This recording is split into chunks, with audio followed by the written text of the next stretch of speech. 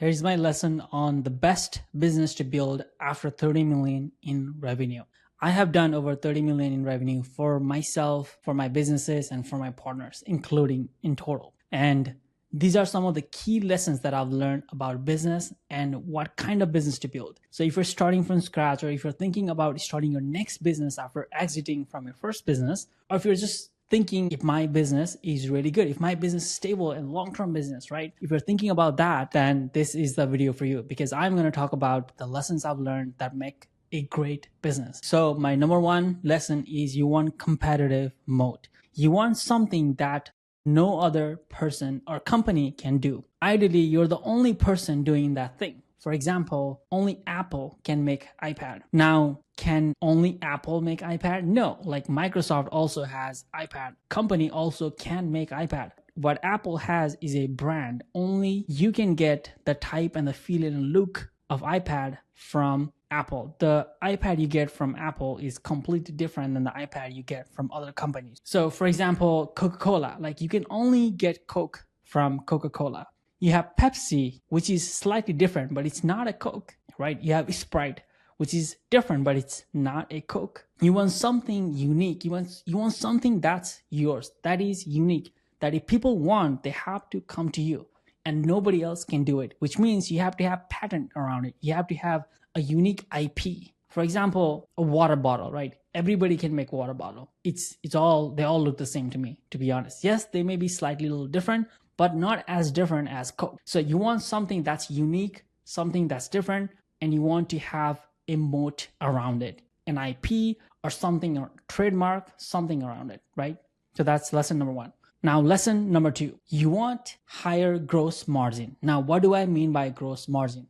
Let me explain. You get 1,000 water bottle from China in the US to your factory, and you ship to a customer. It costs you $1, okay? It costs you $1 in total for that one product. If you sell that product for $100, right, that is $99. What do you make? So that is a 99% gross margin. If you want to build a great business, if you want to build a really, really big business, this is one thing all of the billion-dollar businesses have in common, is that they have a really, really high gross margin.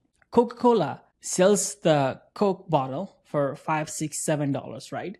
But they cost pennies. It costs pennies for them to make. Same with the Red Bull. It costs them pennies to make one bottle, but they sell for like $3, $4, $5. The markup is insane. That's what you want. You want something that is really, really cheap to make, and you can sell it for a lot of money because you're the only person who can do it. The lesson number three is audience. You want to sell to audience with the money. This has been the hardest lesson for me because, when I started, I was broke, right? So all of my ideas were helping broke people, which was kind of stupid, right? I realized later on that you want to help people who have money, because people with money don't complain because they have more money coming into their life.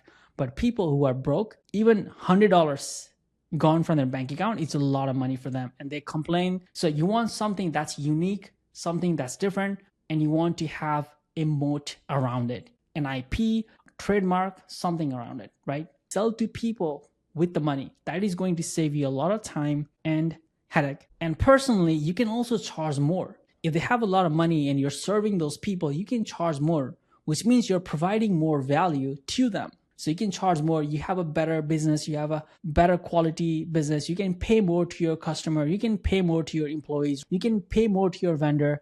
So you have this amazing advantage when you work with people who have money. The next lesson is having a high quality team. This is one of the mistakes that I made early on in my business, which is that I started looking for team member and employees in a different country, in an offshore country. I was looking for cheap employees. There is a different kind of cost when you hire a cheap employees. I want to hire a really, really good, really, really expensive employees, right? Because I don't want to be the McDonald's. I don't want to be the Burger King, right? I don't want to be those cheap places, where you pay minimum wage. I don't want to pay that. I want to pay employees $100,000, $200,000, $500,000, even $1 million per year for doing a great, fantastic job. And that comes from having a higher gross margin, which we talked about that. And that comes from selling to an audience with money. And when you do that, you can do this. I never want to penny pinch. I want to give my team member a great life and a great salary so that they can live a great life. it is much more beneficial and everyone in the team is so much happy. And then they can justify working hard because they're making great income. So you want to have a business where you can pay people really, really good money. So I never want to buy a franchise restaurant and all those things because typically those businesses do not pay their employees a lot of money. And personally, I'm not a big fan of that. And I hope you take that lesson to the heart because it is so much fun. Working in a business is a team sport.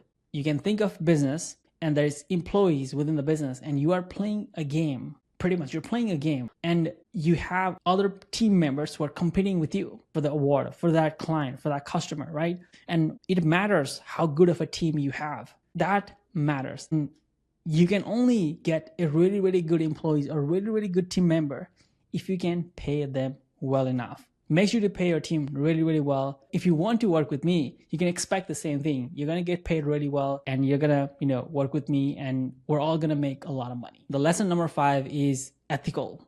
Being ethical is one of the key things in the business. There is so many wrong ways to make money in business, okay? You can lie, you can cheat, you can do a lot of things. You can say you're going to solve all of their problems and they will pay you the money, right? People are naive. People have a wrong judgment. People make mistakes. And yes, you can lie them, you can cheat them, but you will not be able to get away from that, right? I want to build a business that is very, very ethical. Some people may be like, oh, I have a business that's on the gray area. That's like kind of on the gray area, but it's not illegal, right? I never want to be in a business where it is on gray area because if you are in the gray area, which means you're probably doing something wrong. Like you should not be doing it, right? It has been, again, one of the lessons that I learned from my last mistake. I would not say my business was in the gray area, but there can be, a situation where someone might say, oh, maybe this is wrong or right. If you are building your next business or thinking about starting a business, make sure you don't go into the business where it is on gray area. Because the problem is that when you grow big enough, people start noticing and you're going to have some lawsuit. You're going to have angry people, right? And when you are in the gray area, there is more chance of you being wrong and they being right. So make sure to do ethical stuff. Make sure to do the right thing. Make sure to keep your customer happy. Make sure to do what you said you're going to do. And make sure to pay your team really, really well to do that. The next and the last lesson is a long-term business. You want to play a long-term game. Okay. If you have a choice, always accept the short-term pain and play the long-term game. I never want to be in a new, fancy, sexy industry where there's a lot of hype. It's fine. Every industry has some kind of hype, but I never want to be in that short-term industry. For example, crypto. I like crypto. It's a lot of fun, right? It's new. It's very, very risky at the moment. So I personally think it's not a long-term business. Crypto has been here for 10, 15 years, right?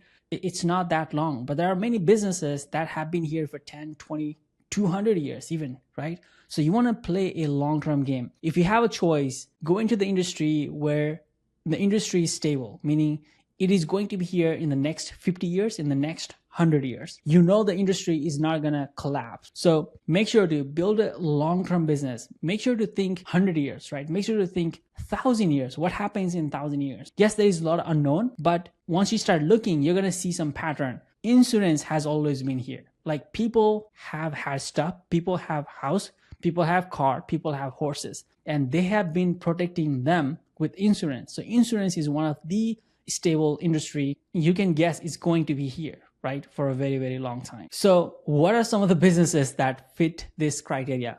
I already gave you Coca-Cola example. Coca-Cola is a great example. They pay their team really, really well. They have a great product. They have a great margin, right? They're in a long-term business. Coke is not going to go anyway. People need to drink water. People need to drink water when they're tired, right? So people are gonna use Coke. Like it's a long-term business. You can also think of consulting, a high-end consulting like BCG, right? So if your client are paying you 20, 30, $100 million for you to consult them, then that's a really good business because you can pay your team really, really well. You can also think of a lot of insurance company like Geico, State Farm. Those are really good companies as well. You can also think of SaaS. SaaS is very, very interesting. I just recently read the top 5 companies in the world right now are SaaS, or they're supporting SaaS in some way. So NVIDIA makes AI chips, right? You have Apple, you have Microsoft, you have Google, you have Facebook. All of them are SaaS company and they deal with softwares in one way or other, right? So SaaS is a very, very new upcoming industry. and I think it has a lot of legs to it. So I'm excited about it. But those are some of the business that fit my criteria. If you like this video, then keep watching my next video. All right, take care. Bye.